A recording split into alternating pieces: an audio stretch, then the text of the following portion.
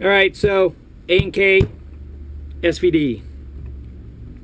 Taking this guy apart here. I like this. That's the, I'm assuming that looks like it's the AR latch, which is pretty cool. This guy here's got to come out, I think. Do I push it? Yep. Alright, so let's push that, remove that. Now here's the thing, we're doing a DMR build, so this is coming out. Don't need this. We're going to keep this. Guys, I'm doing a lot of this as I go. So let's see here. Looks like you can push. Looks like we're taking this guy here and pushing on this maybe, and then pushing this guy out. Boom, that comes out. All right, that's nice. Got to get some different containers going on over here, so we're going to start this way. What I do with my containers is I go left all the way to right, so then when I reassemble the gun, I go from right to left. Poor man's mapping. This is nice. Also looks like I can change this spring guide for a better spring guide. Ooh. Okay, so right now the A&K SVD is looking pretty good. Version 7 gearbox. Okay, nothing too fancy going on here. Looks like the trigger is a pin, right? So let's see, how easy does that come out? Okay, do I want to take a punch to that? That's the question. Okay, so this guy here is going to come off. All right. So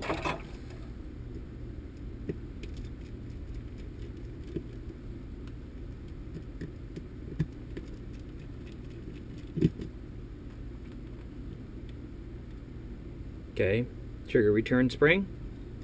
All right. Trigger.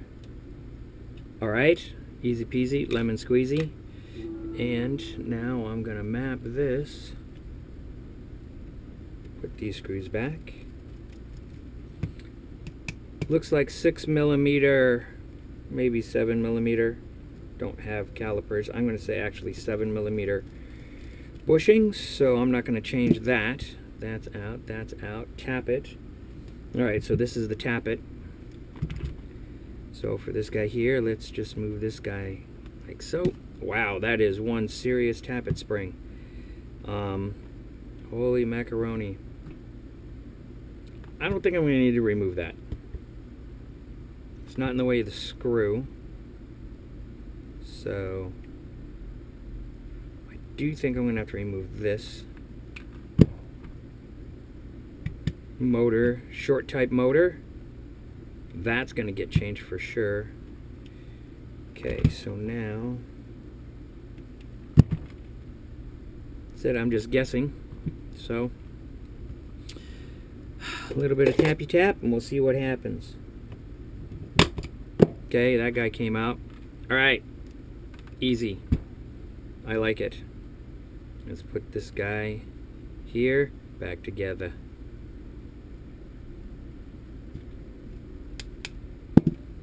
There's everything for the trigger in that box, so now we're going to get another box. Let's take this out, put that ugly pick back, put that back, so we don't need that right now. That doesn't go there. Okay, these wires are definitely coming out. I'm upgrading the motor. I'm probably going to put in an 18K because it's a DMR, so it's going to get, hopefully I can get an ASG 18K boost to fit. If not, then I will default to either a CNC motor from Jag, or I will put in, that's my second choice, no offense Jag, but the CNC motors are second, because then I would put in a 30K boost for what I have for wholesalers. So 30K boost first, Jag CNC high torque, their blue motor would be second. I've had really good results using those guys. The wire, yeah, negative smaller than the positive. I'm probably going to stay with this same wire gauge. I would like to upgrade it, but I don't I would like to go up a little bigger, but it doesn't look like I actually have the room in the gearbox for that. So let's get these wires out. Come on, thank you.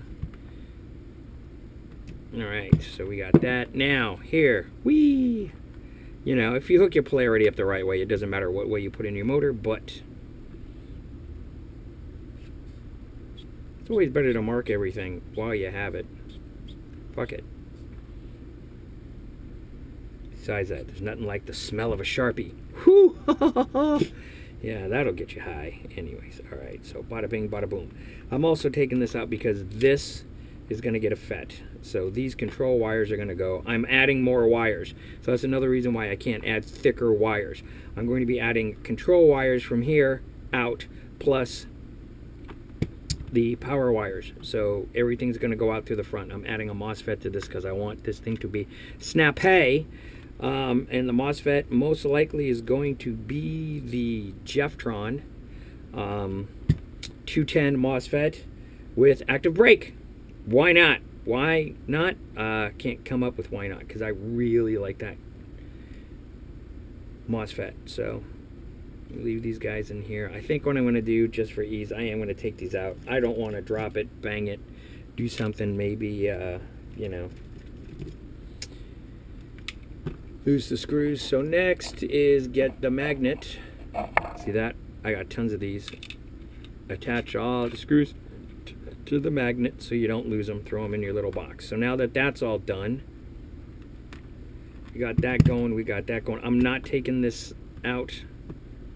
I think what I'm going to do, which way is this guy going? So we do want to come off this way. I think I do have to get this off. This is the world's stiffest tappet spring. So I am coming up and going out that way. So this gearbox is going to come apart. It's going to come apart like so because of the bevel being here and the motor being there. So it's going to come up apart that way. So let me putz with the world's possibly most obstinate tappet plate spring.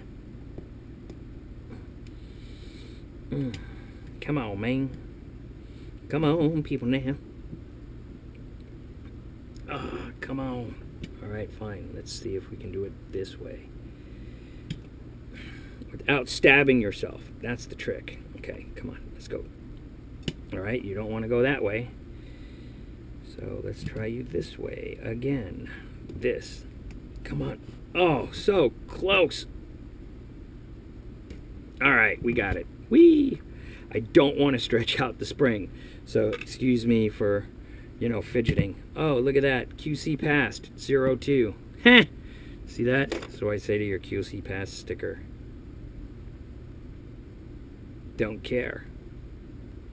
It actually was when I shot it to get the chrono, it was pretty clean. I'm not going to lie. I hate it when I say I'm not going to lie. It was very clean. It sounded very clean. Nothing sounded like it was straining. The trigger response was pretty decent. It did have some misfeeds with their magazine. About every 12th shot. Or actually, I wouldn't say it was a misfeed. It sounded like the BB was getting stuck in the bucking. It was being choked off. So that was annoying. But hey, look, here we go. We're gonna get this guy apart. I'm going to keep all this stuff here. Yeah, not going to change too much. I mean, if I can, maybe I'll put a bearing back here for the bevel, because that's going to be the fastest spinning gear. But it's being a DMR, I really don't think I'm going to need it. I'm really hoping that... okay, that's annoying. Alright, so that's the cutoff lever. So, alright, so that's fine. It's not annoying, I'm assuming. So after I get this guy apart, we'll look inside and I will remove the shuttle group or trigger group or trigger trolley and all that other happy stuff. Another thing I'm going to do right now before I take this whole guy apart and have things spring open on me, I'm going to back this guy out. Always back this guy out. Always back it out. Alrighty. Wow. I guess I don't have to. It's already backed out. Let's check here. Gravity just knocked down my calipers. Gravity needs to be more cooperative. Alright, so yeah, so this guy's out all the way. That could be a good thing or a bad thing. Guess it depends on the shimming. Put my calipers back up so they won't fall down. We know the spring is out. I don't see anything else going on here. This isn't connected to anything. That's connected to the gearbox. That's the cutoff lever. So let me do my magnet thing with the cutoff lever. Bada bing, put that there, put that down. Let's pop this guy open and see what we got going. Okay? So far, so good. Alright, we got that open. Let's open it up. We got some shimming. Yep, A&K. You know what would be nice? It looks like standard version 2. So, it's a version 7 style gearbox with standard version 2, standard gear set. Sometimes on a version 7 gearbox for an M14, the bevel will be, the sector gear will be smaller. Alright, so we're good. Let's take this guy out here. Alright, offset. Ooh, I want to measure this air nozzle for later. Alright, or let me do it now while you guys have it. It says SVD. We're going to take our calipers here, close these guys, zero that out. We're going off of millimeters. Okay, 2106, 2104, 2102, 2107, 2106, 2107, 2104, 2105, 2103, 2105, 2107. So basically 2103 to 2107 should be good. Alright, so now you find that, you're good. Cylinder, I do not know, so that's pretty tight. This guy here is very tight, so I'm not going to get that much of a leak out of here, but that guy there needs some work for sure. Here's another thing, which is not a bad idea. If this was beveled here, that would be fantastic. If this whole area here was beveled, so the air would go here and have less tumble and give it more of a direct route, it would help increase FPS by a tiny amount. Cylinder, full cylinder is fine. Regular piston, so that means I get to put in an SHS piston. I will check later as we go through this, as I'm taking this apart right now. These parts are going to go up there because they're all going to be addressed in another video. I want to see if I can, because I want to keep everything as efficient as possible. I will be running a thinner wire than I would like for the amperage. By the way, there you go. Okay, 2105 is the average for that air nozzle. I will be measuring different air nozzles and see if I can get something closer. I might not change it. Like I said, don't really need to. So, back to what I'm going to do here. I would also ideally like to put in 32s. It would be great to put high torque gears in here. So now, I'm going to remove this guy here. Take my magnet away. My magnet's my friend. Take this guy off first. I'm going to replace these shims, because why get rid of them? You know, much rather just add shims to shims. And yeah, put that guy back there.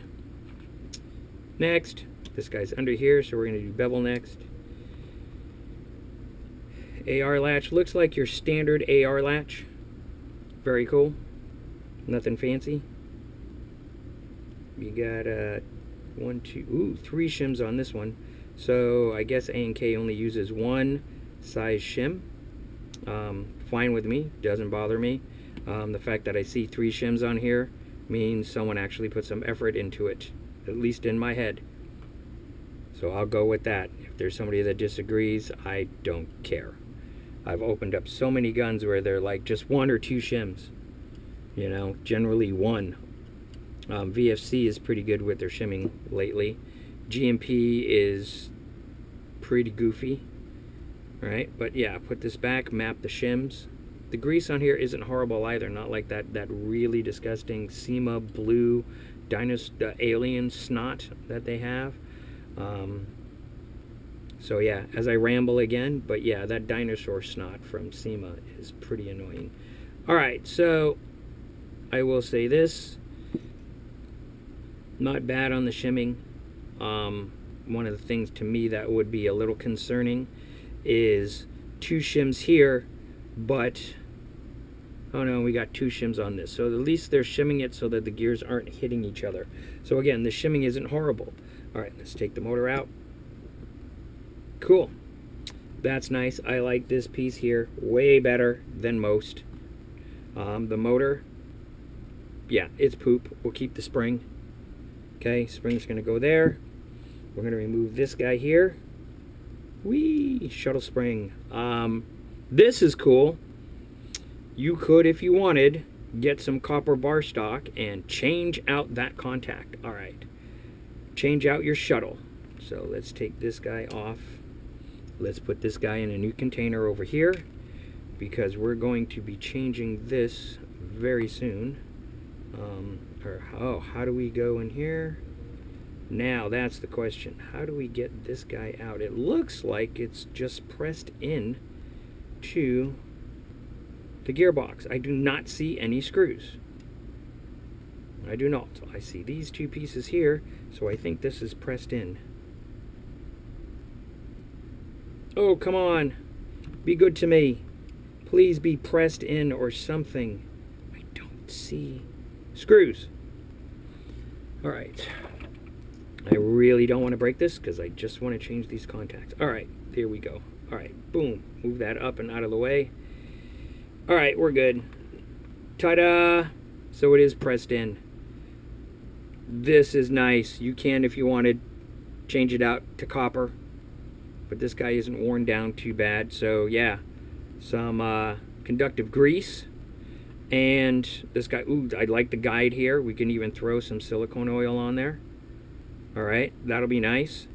Little tweaky guys here and there. Tweak this here and there. So yeah, alright, this guy is coming off. I will make the wiring video for you guys a little later. But this is now where we're at. This is all I'm giving you guys today. Besides the disassembly video. I know it's been a while since I posted, but this is the project for today. Alright guys, yeah, so that's that. I do not have a camera set up by my soldering station, so I'll have to show you guys the aftermath of me doing the trigger contacts. Alright guys, late.